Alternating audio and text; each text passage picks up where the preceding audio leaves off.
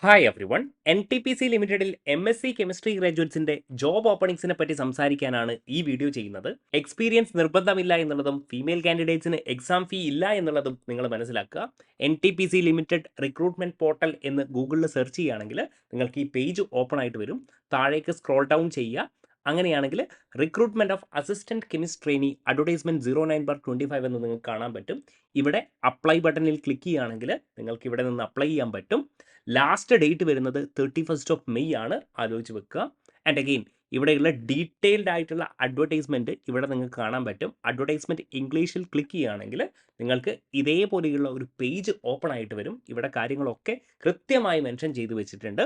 നിങ്ങൾക്ക് വേണ്ടിയിട്ട് ഇമ്പോർട്ടൻ്റ് ആയിട്ടുള്ള കാര്യങ്ങളൊക്കെ ഞാൻ ഇവിടെ ഹൈലൈറ്റ് ചെയ്ത് വെച്ചിട്ടുണ്ട്. കാര്യങ്ങൾ നമുക്കൊന്ന് നോക്കി നോക്കാം. അസിസ്റ്റന്റ് കെമിസ്ട്രി ട്രെയിനി ആണ് നമ്മുടെ പോസ്റ്റിൻ്റെ പേര്. 30 പോസ്റ്റാണ് ഇപ്പോൾ പബ്ലിഷ് ചെയ്തിരിക്കുന്നത്.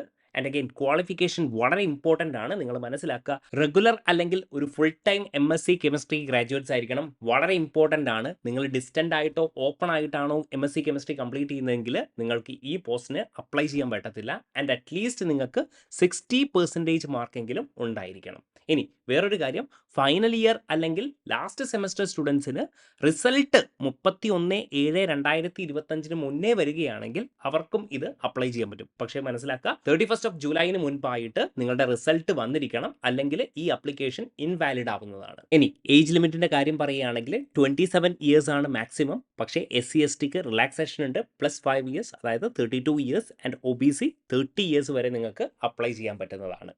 ഇവിടെ താഴോട്ട് പോയി കഴിഞ്ഞാൽ കോമ്പൻസേഷൻ പാക്കേജിൽ നിങ്ങളുടെ പേ സ്കെയിൽ ഇവിടെ മെൻഷൻ ചെയ്തിട്ടുണ്ട്. 30,000 to 1,20,000 ആയിരിക്കും. ഇതിൻ്റെ കൂടെ തന്നെ നിങ്ങൾക്ക് ബെനിഫിറ്റ് ആയിട്ടുള്ള ഡിയറൻസ് അലവൻസും എല്ലാ അലവൻസും കാര്യങ്ങളും നിങ്ങൾക്ക് കിട്ടുന്നതായിരിക്കും. മോസ്റ്റ് ഇമ്പോർട്ടൻ്റ് ആയിട്ട് നമ്മുടെ വേക്കൻസീസ് 30, ടോട്ടൽ ഓഫ് 30 വേക്കൻസീസ് ആണ് നമുക്കുള്ളത്. അൺറിസർവ്ഡിൽ 15, EWS 1, OBC SC കാറ്റഗറിയിൽ 6 വീതം പോസ്റ്റുകളും STയിൽ 2 പോസ്റ്റുമാണ് നമുക്ക് റിപ്പോർട്ട് ചെയ്തിരിക്കുന്നത്. ആൻഡ് അഗെയിൻ ഹെൽത്തിൻ്റെ കാര്യം വളരെ ഇമ്പോർട്ടൻ്റ് ആണ്.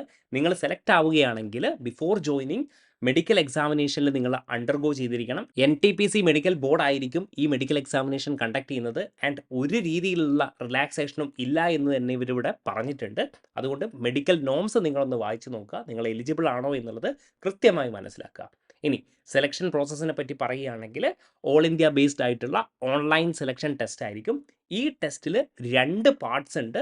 സബ്ജക്റ്റ് നോളജ് ടെസ്റ്റ്, അതായത് കെമിസ്ട്രി ബേസ്ഡ് ആയിട്ടുള്ള എക്സാം, അതേപോലെ തന്നെ ആപ്റ്റിറ്റ്യൂഡ് ടെസ്റ്റ്. ആൻഡ് രണ്ടിലും നിങ്ങൾ ക്വാളിഫൈ ചെയ്തിരിക്കണം സെപ്പറേറ്റ്ലി ഇൻ ബോത്ത് പാർട്സ്. അതായത് ലെറ്റ്സ് സേ പറയുകയാണ്, നിങ്ങൾ സബ്ജക്റ്റ് നോളജ് ടെസ്റ്റ് കെമിസ്ട്രിയിൽ നല്ല നോളജ് ഉണ്ട്, നിങ്ങൾ എക്സാം ക്വാളിഫൈഡ് ആയി. പക്ഷേ ആപ്റ്റിറ്റ്യൂഡ് ടെസ്റ്റ് നിങ്ങൾക്കൊന്നും അറിയത്തില്ല, മേ ബി നിങ്ങൾ ഡിസ്ക്വാളിഫൈഡ് ആകുകയാണെങ്കിൽ നിങ്ങൾ ഓട്ടോമാറ്റിക്കലി എക്സാമിൽ നിന്നും ഡിസ്ക്വാളിഫൈഡ് ആകും. അതായത് രണ്ടിലും നമ്മൾ ക്വാളിഫൈ ചെയ്യണം. അപ്പോൾ ആപ്റ്റിറ്റ്യൂഡ് ടെസ്റ്റും വളരെ ഇമ്പോർട്ടൻ്റ് ആണ്, കെമിസ്ട്രി മാത്രമല്ല എന്നുള്ളത് മനസ്സിലാക്കുക.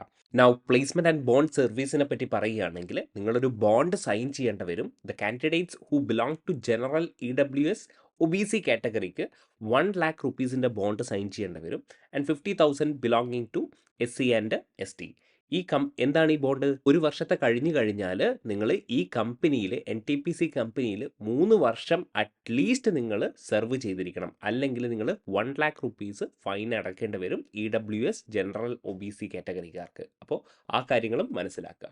ഇനി ജനറൽ കണ്ടീഷൻ ഒന്ന് നോക്കി നോക്കുക. ഇന്ത്യൻ നാഷണൽസിന് മാത്രമേ അപ്ലൈ ചെയ്യാൻ പറ്റൂ.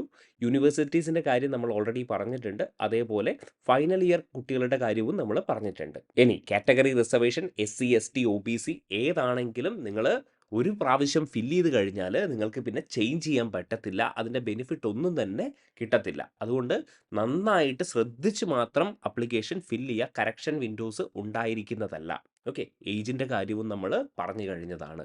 നൗ ഇങ്ങോട്ട് നോക്കിക്കഴിഞ്ഞാൽ പിന്നെ എങ്ങനെ അപ്ലൈ ചെയ്യാം എന്നുള്ളതാണ്.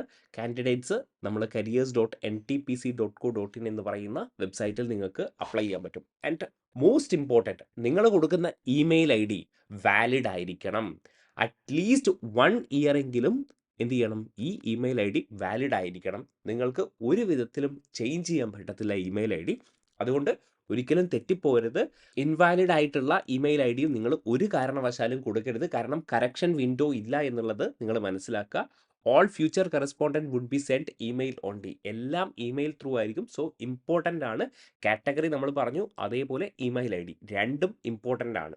നിങ്ങൾ അപ്ലൈ ചെയ്ത് കഴിഞ്ഞാൽ നിങ്ങൾക്ക് ഒരു യുണീക്ക് ആപ്ലിക്കേഷൻ നമ്പർ കിട്ടും. അത് ഡൗൺലോഡ് ചെയ്ത് നിങ്ങൾ വെക്കുക. ആ കാര്യങ്ങൾ നിങ്ങൾക്ക് അറിയാവുന്നതായിരിക്കും. ഇനി candidate belonging to general EWS OBC fee വരുന്നത് 300 ആണ്. പക്ഷേ SC ST PWD XSM and female candidates application fee ഒന്നും തന്നെ അടയ്ക്കേണ്ടതില്ല എന്നുള്ളത് നിങ്ങൾ മനസ്സിലാക്കുക. പേയ്മെൻറ്റ് ഓൺലൈനോ അല്ലെങ്കിൽ ഓഫ്ലൈൻ മോഡായിട്ടോ നമുക്ക് പേ ചെയ്യാൻ പറ്റും. പക്ഷേ ഏറ്റവും എളുപ്പം പേയ്മെൻറ്റ് ഓൺലൈന് തന്നെയായിരിക്കും. ഏതെങ്കിലും ഡെബിറ്റ് കാർഡോ അല്ലെങ്കിൽ ക്രെഡിറ്റ് കാർഡൊക്കെ യൂസ് ചെയ്തിട്ട് നിങ്ങൾക്ക് പേയ്മെൻറ്റ് ചെയ്യാൻ പറ്റും. ഓക്കെ. ഇനി അപ്ലോഡിങ് ഡോക്യുമെൻറ്റ്സിനെ പറ്റി പറയുകയാണെങ്കിൽ നിങ്ങൾ ലിസ്റ്റ് വൈസ് അവർ കൊടുത്തിട്ടുണ്ട്. ഈ ഡോക്യുമെൻറ്റ്സ് ഒക്കെ സീക്വൻഷ്യൽ ഓർഡറിൽ നിങ്ങൾ കൃത്യമായി അറേഞ്ച് ചെയ്ത് വെക്കുക. അപ്ലൈ ചെയ്യുന്നതിന് മുൻപേ ആയിട്ട് ക്ലാസ് 10 പാസിംഗ് മാർക്ക് വേണം. അതേപോലെ തന്നെ പാൻ കാർഡ്, MSc കെമിസ്ട്രിയുടെ മാർക്ക് ഷീറ്റ്, അതേപോലെ ഫൈനൽ ഇയറിൻ്റെ കാര്യവും ഇവിടെ പറഞ്ഞിട്ടുണ്ട്. മാർക്ക് കൺവേർഷൻ നിങ്ങൾ ചെയ്തിരിക്കണം. പെർസെൻറ്റേജിലേക്ക് നിങ്ങൾ കൺവേർട്ട് ചെയ്യുക.